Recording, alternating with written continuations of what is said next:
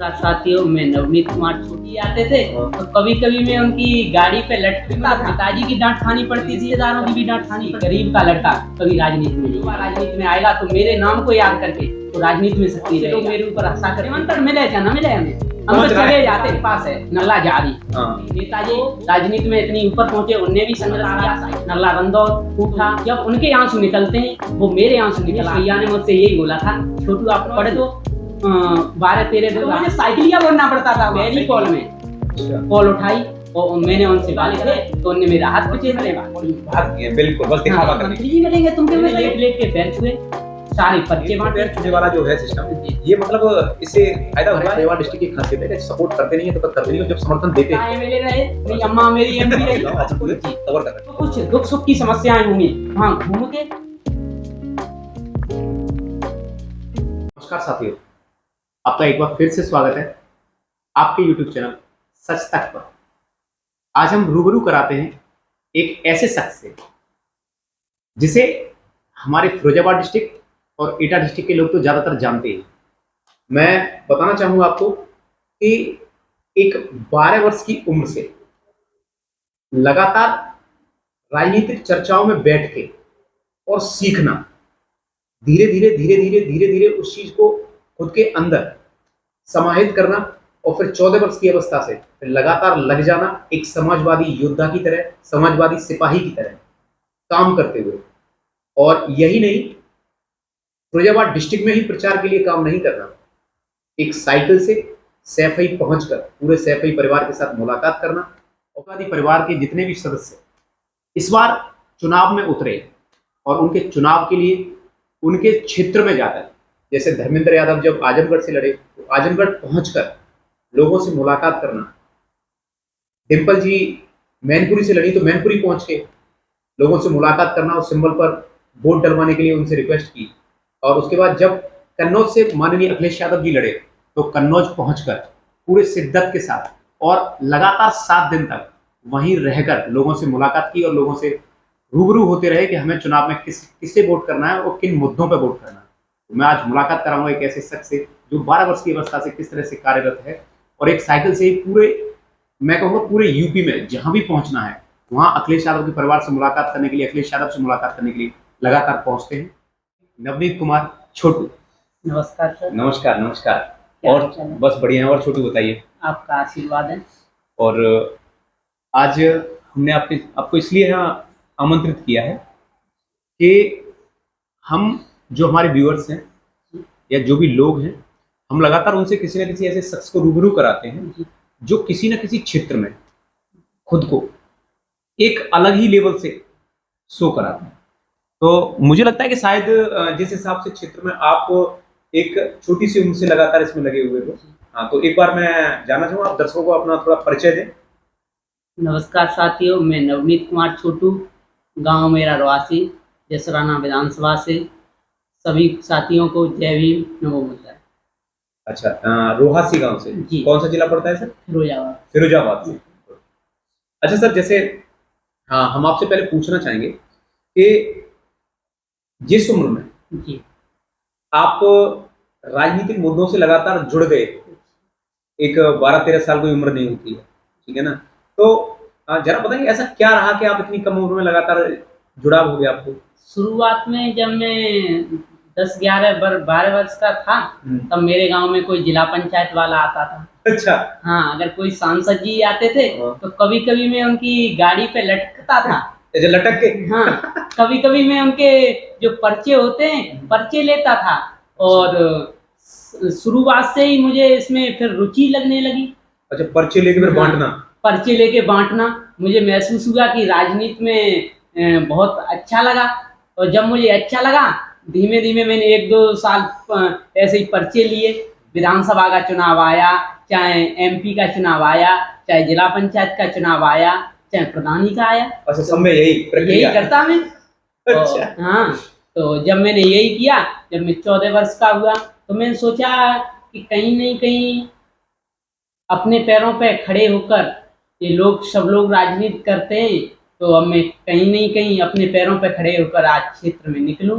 अच्छा। हाँ, जब मैं शुरुआत में क्षेत्र में निकला तो मेरे घर वालों ने भी डांट लगाई, मेरे जो रिश्तेदार थे उनने भी डांट लगाई। अच्छा, ये नहीं कहा कि पढ़ाई मतलब पढ़ाई जी। पे ध्यान दो है? जी, मेरे स्कूल के टीचर लोगों ने, मेरे स्टाफ लोगों ने मुझ में डांट लगाई। कौन से स्कूल में पढ़ते थे? मैं आरएआरएस से पढ़ रहा था, अच्छा लक्ष्मणपुर जो स्कूल पड़ता है। मैं डीपीएस से मैंने पढ़ाई की। अच्छा अच्छा। हाँ, तो वहाँ पे भी मुझे डांट खानी पड़ती थी। कभी कभी मैं स्कूल का काम नहीं करता था तब भी डांट खानी पड़ती थी। कभी कभी मुझे पिताजी की डांट खानी पड़ती थी, कभी कभी रिश्तेदारों की भी डांट खानी पड़ती थी। और जब कभी मैं नया नया क्षेत्र में गया तो मैं साइकिल से, मैंने एक छोटी सी साइकिल खरीदी। तब वो आती थी 2800-3000 रुपए की। हाँ। तो मैंने 3000 रुपए की एक साइकिल खरीदी, एक फोन लिया। अच्छा, हाँ फोन भी ले लिया? हाँ, तभी एक फोन लिया जो तो घर जियो से का घर से चलता है। घर से ही प्रोवाइड कराया या फिर? नहीं, घर से नहीं, मैंने उसमें से कॉपी किताबों को घर से पैसे लिए। हाँ, अच्छा। और मुझे रुचि राजनीति की थी और थोड़े से पैसे मैंने घर से ले लिए।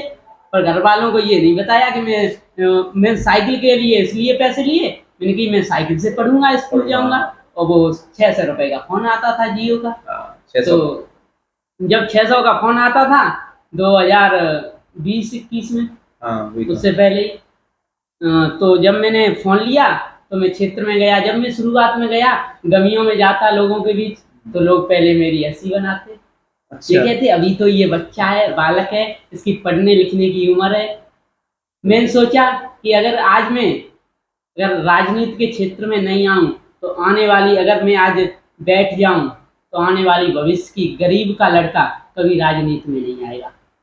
अगर मैं आज राजनीति में इसी तरह सक्रिय रहा तो आने वाला भविष्य, अगर कोई युवा राजनीति में आएगा तो मेरे नाम को याद करके वो राजनीति में सक्रिय रहेगा। कि कोई एक छोटू भी था, वो भी इस राजनीति में सफल हुआ था, उसका मनोबल डाउन नहीं होगा, उसका मनोबल भी बढ़ जाए। बिल्कुल बिल्कुल बिल्कुल। तो मैंने धीमे धीमे ऐसे ही किया। फिर कुछ दिन तक मुझे डांट भी खानी पड़ी। मेरे मामा जी हैं, उनकी भी डांट खानी पड़ती थी, माई जी की डांट खानी पड़ती थी, गांव के लोगों की, बहुत से लोग मेरे ऊपर हंसा करते थे। तो मैं धीमे धीमे, कहीं दावत हुई, भंडारा हुआ, निमंत्रण मिले क्या ना मिले, हम तो चले जाते। गमी की सूचना मिल जाए, किसी ने पोस्ट की अपनी कि आज हम फलाने गांव में गमी में पहुंचे, हम दूसरे दिन वहीं पहुंचते। अच्छा, वहीं पे किसी ने कहा कि हमारे दादाजी खत्म हुए, हम पहुंच गए। वहाँ पहुंचे। कभी ऐसा भी हुआ है कि मतलब अपने क्षेत्र से आउट ऑफ द क्षेत्र में पहुंच गए? जी जी, बिल्कुल हो गया।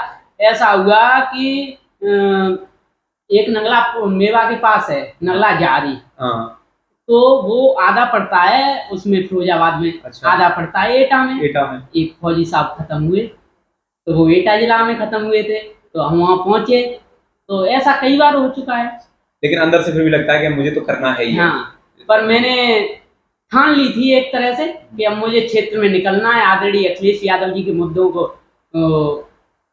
लेके चलना, उनके संकल्पों पे आगे बढ़ा। मैंने देखा कि एक नेताजी राजनीति में इतनी ऊपर पहुंचे, उनने भी संघर्ष किया, साइकिल से किया, तो मैंने कहा मैं भी साइकिल से ही करूंगा। जी, गुड गुड। अच्छा नवनीत जी, एक जैसे मैं आपसे एक सवाल और पूछना चाहूंगा कि राजनीति में आकर, जैसे विचार है आपका पूरा, मुझे दिख रहा है राजनीति में आप आएंगे, तो राजनीति में आकर अगर कोई बदलाव करना चाहते हैं जी, तो किन मुद्दों को लेके आप काम करना है, मतलब किन चीजों को लेके? जैसे आप लगातार लोगों से मिल रहे हो, जुड़ रहे हो, तो किन चीजों को दिखाते हो उन्हें? देखो, अगर मुझे जनता ने अपना बेटा चुना, अगर मुझे जनता ने अपना बेटा चुन के भेजा, तो मैं उनका हर संभव प्रयास पूरा करने की कोशिश करूंगा। मैं देखता हूँ आज मैं पतारा, नगला रंदौर, ऊठा और काफी गांव ऐसे हैं जो पानी की समस्या से जूझ रहे हैं। वहाँ पानी की दिक्कत है जी, और कहीं कहीं मेरी माताएं बहनें सिर पे घड़ा लेके जब जाती हैं, तो जब उनके आंसू निकलते हैं, वो मेरे आंसू निकल आते हैं। मुझे उनकी इस कष्ट को दूर तभी निजात दिला पाऊंगा जब मैं कुछ हो जाऊंगा। जी। अच्छा, तो उस गांव में मतलब पानी कैसा है, मतलब नमकीन है? मतलब नमकीन है, लोगों को इधर पतारा जाना पड़ता है, इधर नगला रंदौर के उधर नगला कॉपी की साइड पे जाना पड़ता है। उठा के लोग तमाम परेशान रहते हैं, पतारा के परेशान रहते हैं, नगला रंदौर के रहते हैं। टंकियों की सुविधाएं नहीं, बहुत कम सुविधाएं। तो मैं सोचता हूँ जब मैं इनकी ये मुझे अपना सेवक बना के भेजेंगे तो मैं इनकी हर संभव प्रयास करूंगा उनका समस्या को दूर करने का। समस्या पूरी दूर करूंगा, कोशिश करूंगा। बिल्कुल। और मेरी जनता का जो आदेश होगा, जो काम असंभव भी होगा, वो उसे भी संभव करने की कोशिश करूंगा। अच्छा नवनीत, जैसे अभी आपकी जो उम्र है लगभग 16-17 साल की हो गया, जी। तो अभी तो काफी समय है आपको उस राजनीति में जाकर इन्वॉल्व होने का। लेकिन आप एक मुझे बात बताइए, जैसे मान लीजिए लगातार आप जिन मुद्दों से लगातार जो लड़ रहे हैं, जिनके लिए लोगों के सामने आ रहे हैं, जी इस बार मैंने देखा कि इस बार इलेक्शन में जी जो चुनाव हुआ उसमें आप लगातार, पहले तो आपने फिरोजाबाद डिस्ट्रिक्ट में प्रचार किया जी अच्छा यादव का, जी उसके बाद फिर मैंने देखा कि आप और भी कई जगहों पे पहुंचे, जी। तो ऐसा मतलब क्या लगा कि मतलब मुझे पहुंचना चाहिए या फिर कोई ऊपर से आदेश मिला था? आदरणीय अखिलेश यादव जी से जब मेरी मुलाकात हुई थी पहली बार, तो अखिलेश भैया ने मुझसे यही बोला था, छोटू आप पढ़ लो, आपकी पढ़ने की एज है। ओ, वास्तविक भी मेरी एज है। हाँ वही है जब 12 साल का लौंडा कभी अपने यहाँ देखो 12 साल का लड़का क्या जानता है। हाँ, तो मेरी पढ़ने की एज, तो उन्होंने पहली बार तो मुझसे कहा कि छोटू पढ़ लो, तो मैंने कहा भैया मेरी पढ़ाई तो चली रही है, मुझे राजनीति में ज्यादा शौक है। ज्यादा हाँ, तो उन्होंने कहा आपको शौक है तो आप क्षेत्र में सक्रिय रहिए। जिस प्रकार से मैंने अपने क्षेत्र में मेहनत की, तो वही मेहनत मैंने जाके उन्हें दिखाई, तो वो मेरी मेहनत से प्रभावित होकर उनने मुझे धन्यवाद दिया और इनाम भी दिया। हाँ जी। फिर इनाम देने के बाद उन्होंने कहा कि आप छोटू अपनी जसराना विधानसभा में प्रत्येक गांव में जाओगे। मैं जसराना में भी संघर्ष किया, तो जसराना के बाद मैं आजमगढ़ भी गया, कन्नौज भी गए। अच्छा। जी। और कन्नौज तो 12-13 दिन रहा और 15-20 दिन वहाँ आजमगढ़ रहा।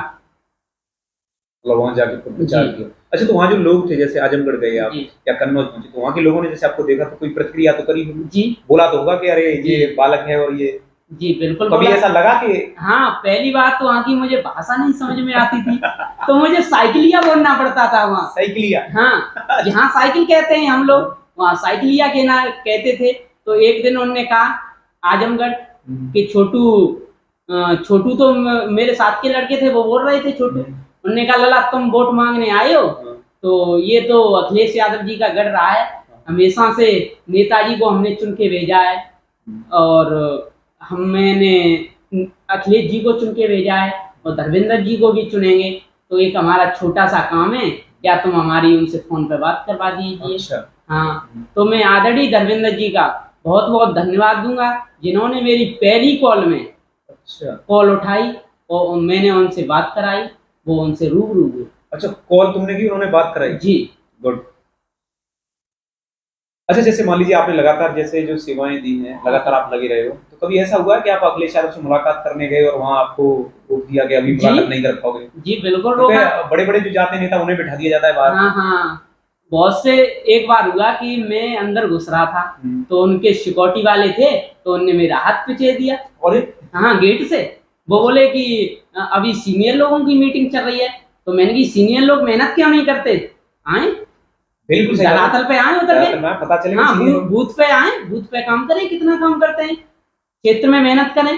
बिल्कुल। वो मेहनत करने वाले लोग नहीं होते, उनकी फॉर्च्यूनरें भागती हैं। बिल्कुल, बस दिखावा करने के लिए। दिखावा, वो 5 फॉर्च्यूनर से जाते हैं। पर आदरणीय अखिलेश यादव जी का मैं धन्यवाद दूंगा, जो केवल मेहनत वाले लोगों को भी पूछते हैं, ये नहीं कि केवल फॉर्च्यूनर से जाएं उन्हें पूछें। आपकी मुलाकात हो गई थी? जी। अखिलेश जी ने मुझे अंदर बुलाया, उन्होंने देखा। मैंने बताया भैया मेरा, इनने हाथ पिचा दिया, उन्होंने कहा ए शिवा, छोटू का हाथ मत पिचाना, सबसे ज्यादा छोटू ने वोट बनाए, वो आज भी वोटर लिस्ट रखी है, यहाँ कोई है मेहनत करने वाला छोटू के मुकाबले। Very good. उसके बाद मैंने एक दिन और रास्ते में भैया को रोका था, आपने मेरी तस्वीर देखी होगी। हाँ, मैंने देखी। हाँ, तो वो तस्वीर मुझे सिक्योरिटी वाला दूर कर रहा, वो एक मंत्री साहब थे, वो बोला कि अरे मंत्री जी मिलेंगे, तुम क्यों मिल रहे हो? अच्छा। मैंने कहा अरे मंत्री जी मिलेंगे, हम नहीं मिलेंगे, हम मेहनत नहीं करते। मंत्री जी ने कितने वोट बनाए? अब मुझसे सवाल जवाब करने लगा। भैया आ गए, भैया ने मुझसे इसे फिरोजाबाद छोटू को आने दो, छोटू को क्यों परेशान कर रहे हो? अच्छा, मतलब वो एक लेवल का पहले से मामला सेट है। जी। Good good good. और फिर भैया ने मुझे धन्यवाद दिया और कहा छोटू मैं आज अभी काम से जा रहा हूँ, अगर कोई बात हो तो बताओ और कल आप ऑफिस में मेरे से मिलना। तब उनने सिक्योरिटी वालों ने मुझे कल पहुंच के अंदर बिठाया, बाकायदा नाश्ता कराया और मैं उनकी लिफ्ट वगैरह में सब में घुमा हूँ। अच्छा, हाँ क्या साथ ही उनके? हाँ, लिफ्ट में वहाँ घुमा हूँ अंदर। अच्छा, चलिए चलिए, जी बहुत अच्छी बात।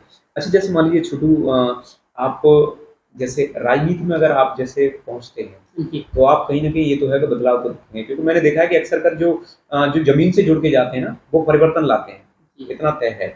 अच्छा, जैसे मान लीजिए कोई भी एक ऐसी कहानी, ठीक है, जो जैसे मान लीजिए आप जो बताना चाहिए, क्योंकि मैं लगातार देखता हूँ कि लगातार आप, मुझे लगता है कि शायद है 1 महीने में 2 से 3 बार मुलाकात कर लेते हो आप, जी ऐसा होता है ना? जी तो ऐसी कोई कहानी रही हो, जो हमारे दर्शक सुने और देखें और उन्हें लगे कि हाँ, वाक़ई बालक ने मेहनत करके यहाँ तक पहुँच के और वो इतना जो नाम बनाया है, वो वाक़ई एक मेहनत से बना है।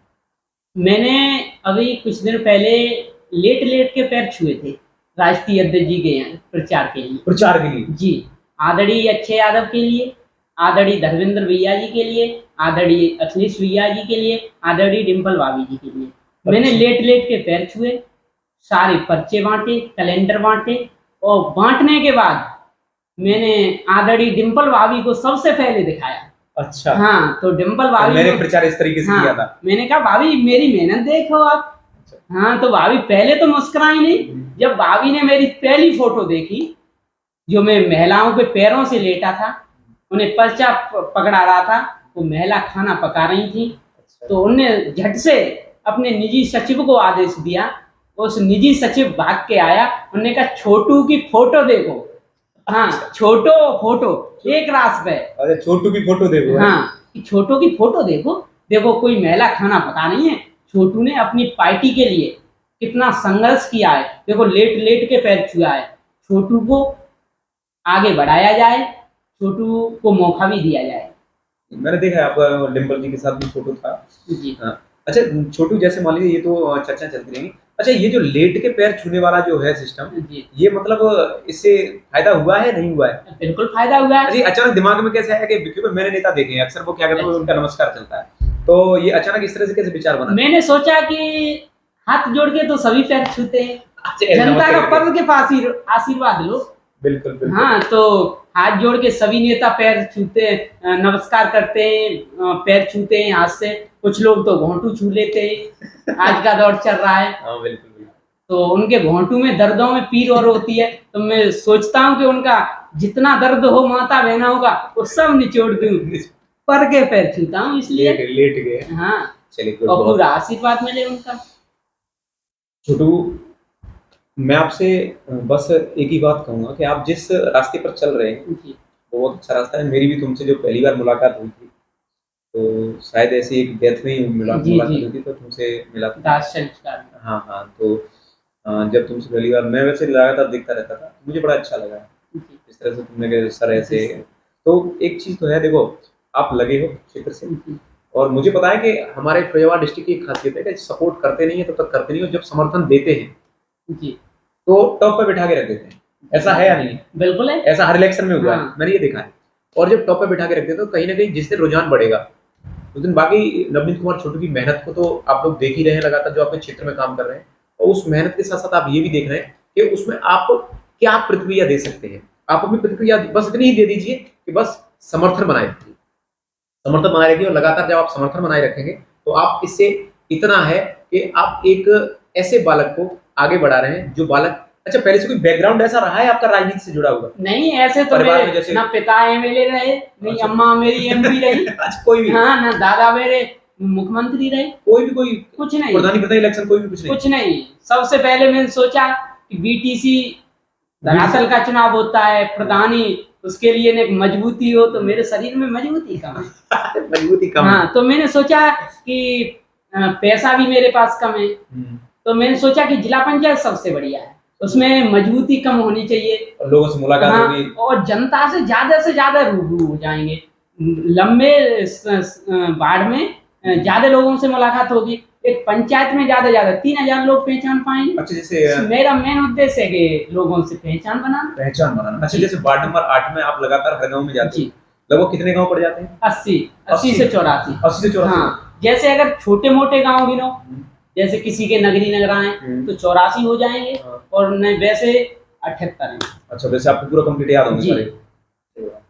तो जैसे इधर लास्ट वाली जो एटा से सीमा लग रही है वो कौन सी है? जी, ये नगला मेवा है, नगला छतु इधर से, और इधर बॉर्डर पे वृंदावन आपने सुना हो, वृंदावन से इधर जो दलेलपुर पड़ता है वो अपने फिरोजाबाद में, और वृंदावन एटा में। हाँ गुड गुड। अच्छा, इधर जो अपने जो इधर नगला गली वाले क्षेत्र से भी जुड़े हुए हैं? जी जी, है ना, तो पट्टी रवासी जहाँ से मैं बिलोंग कर रहा हूँ, वो मैं बॉर्डर का रहने वाला हूँ। अच्छा, बिल्कुल लास्ट जी।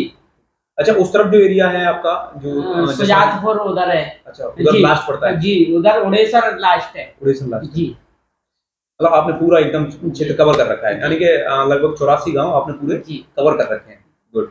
अच्छा, तो जैसे आप जैसे गांव में जैसे पहुंचते हो, लगातार जाते हो, जैसे आपने बताया कि आप सीधे पहुंच जाते हो, कोई फर्क नहीं पड़ता कि वहाँ बुलाया गया नहीं बुलाया गया, लेकिन बस आपको अपना काम करना है। नहीं, मुझे फर्क कुछ नहीं पड़ता, मैं तो जाता हूँ, मुझे पता चल जाए, अब तो मैंने अपने जैसे दोस्त बना लिए हैं। अच्छा। ज्यादा एज के नहीं होंगे, वो केवल मुझसे फोन एक कर दे। अच्छा। हाँ, वो मिस कॉल मार दे, मैं उनकी मिस कॉल पे ही उनके घर उनके दुख सुख में पहुंचने का काम करता हूँ। आज मुझे 3 सालें हो गई सर, मैंने आज तक, आप मेरी प्रोफाइल खोल के देख लेना, 3 साल में मैंने 3 दिन की छुट्टी नहीं की।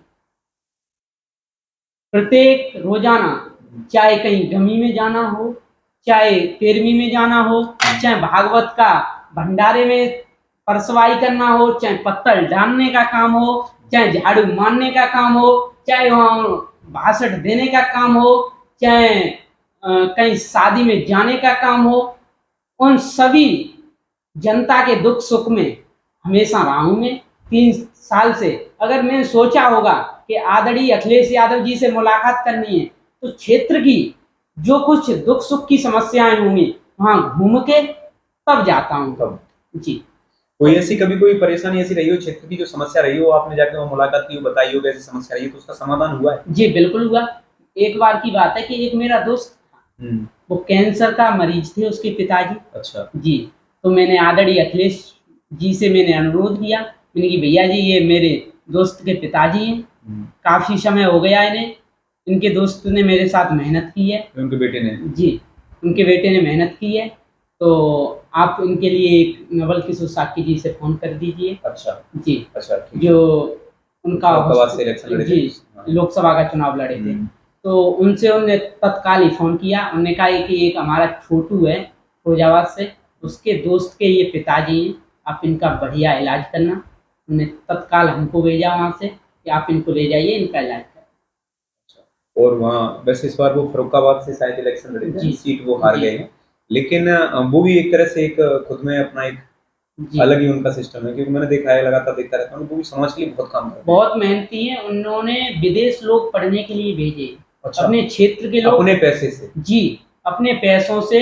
मैं उन्हें देख रहा हूँ 10 साल से वो जनता में। अच्छा। आज अगर उनकी बेईमानी ना होती तो आज वो सांसद थे। अच्छा। हाँ, लोकसभा पहुंचते। और मुझे ये भी उम्मीद है कि मुकेश राजपूत से ज्यादा वो जनता की मांग लोकसभा में उठाते। ये तो है, नहीं मानेंगे। नहीं, वैसे भी इस बार जितना भी समाजवादी पार्टी से जितना भी दिग्गज जो जीत के पहुंचे हैं, वो अक्सर कर अब तो आवाज ही उठा रहे हैं, और लग रहा है कि हाँ, हित में शायद कुछ काम कर रहे हैं। जी, चलिए, वो एक राजनीतिक मुद्दा है, हम उस मुद्दे से थोड़ा सा बाद में रूबरू होते हैं। अच्छा, जैसे मान लीजिए लगातार आप इन लोगों से मुलाकात करते हैं, तो कहीं न कहीं अंदर से ऐसा लगता है कि आपने मतलब जैसे एक अचीव कर लिया, कि अभी लगता है कि और भी बहुत कुछ करना है? जी, लगता है ऐसा कि अभी बहुत कुछ करना है, लग गया हो गया बस? मेरा मेन उद्देश्य है कि देखो, मुझे एमपी एमएलए तो बनना नहीं है, इतनी हैसियत नहीं है मेरे पास। अच्छा। 1-2 बीघा खेत है, वो गुजारा कर रहा हूँ। तो मेरी मेन उद्देश्य है कि अखिलेश जी से मेरी अच्छी पहचान बन जा रही है। मैं सबसे पहले, जनता मुझे अपना सेवक बना के भेजे, जनता मुझे अपना बेटा चुन के भेजे, तो मेरा एक ही उद्देश्य है कि वो प्रमाण पत्र आदरणीय अखिलेश यादव जी के हाथों में थमाऊं, जिससे कि मेरा एक उनके ऊपर एहसान। मैंने आपके लिए ये लगा था, मैंने कुछ किया आपके लिए, कुछ किया, बिल्कुल ठीक। वैसे तो मेहनत बहुत से लोग करते हैं, प्रचार प्रसार बहुत करते हैं, मैं सोच रहा हूँ कि कुछ अलग ही हटके करूँ भैया के लिए। बिल्कुल छोटू, बिल्कुल होगा, और मैं यही कहूँगा कि आप लगातार अपने इसी उद्देश्य से लगे रहिए। एक बड़ी प्रतिज्ञा है, लेकिन वो प्रतिज्ञा ये है कि जितनी बड़ी प्रतिज्ञा होती है, फल भी उतना ही अच्छा मिलता है। आप लगे रहिए, और मैं दर्शकों से कहना चाहूँगा कि आप लगातार ऐसी चीज़ों से मैं रूबरू आपसे इसलिए कराता हूँ कि आप देखिए, एक 12 या 14 वर्ष का बालक लगता है किन चीज़ों में कि लग गया, जैसे मान लो कहीं गुटखा खा रहा है, सिगरेट पी रहा है, बीड़ी पी रहा है, और गलत चीज़ों में पड़ा हुआ है, और फिर वो धीरे धीरे धीरे धीरे जैसे उम्र बढ़ती जाती है वैसे ही वो धीरे धीरे धीरे क्या करता है, खुद को खत्म करता हुआ चला जाता है। और आज वहीं उसी जगह से, उसी एक क्षेत्र से एक ऐसा बालक जो 12-13 साल की उम्र में लोगों के लिए सोच रहा है, लोगों के हित के लिए सोच रहा है, अपने समाज को आगे बढ़ाने के लिए सोच रहा है, अपने समाज के हित के लिए बात कर रहा है। और ऐसे ही लगातार हम मुद्दे लेके आते रहेंगे। तब तक के लिए आप सबका नमस्कार।